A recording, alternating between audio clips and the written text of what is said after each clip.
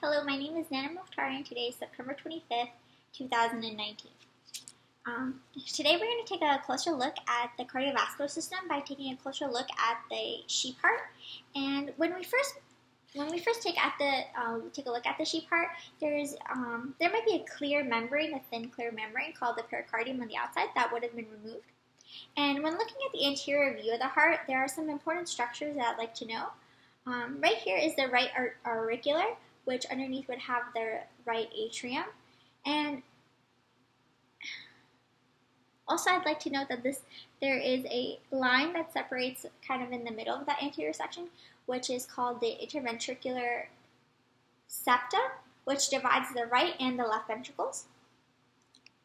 When looking at the internal structures, we see different landmarks, but just before we go on, I just want to note that I made a mistake with the cut that I made, and usually you'll see different things when you do cut, but due to my anxiety and nervousness, I made a mistake in the cut and I made two uneven halves, but I'm going to do my best to explain where the structures are or generally would be. So let's take a look. Okay, so when we look usually inside the heart, there is a landmark that divides the left and the right ventricles, which you can see them at the bottom, kind of noting. This landmark is called the thick myocardium, which would be surrounding the left ventricle. And the endocardium is a little deeper, which would be in the chambers, and it's where the blood touches. Now the visceral pericardium, or the epicardium, is the shiny outer surface of the heart, which is the outer surface of the heart. Above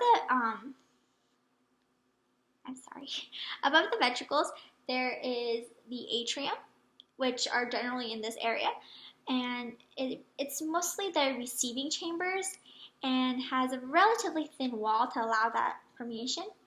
And between the atrium and the ventricles, there is a atrioventricular valve known as the tricuspid valve on the right.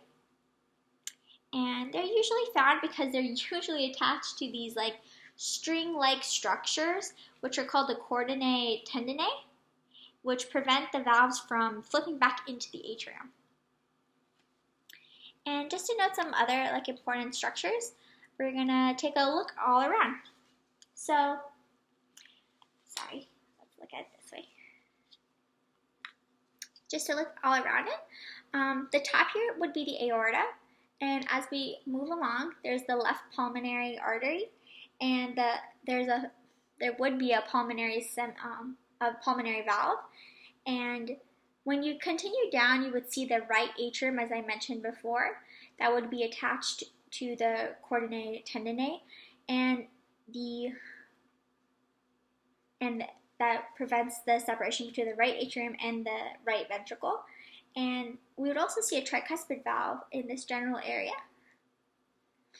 and a aortic valve that would extend from the aorta on top to the top portion of the heart.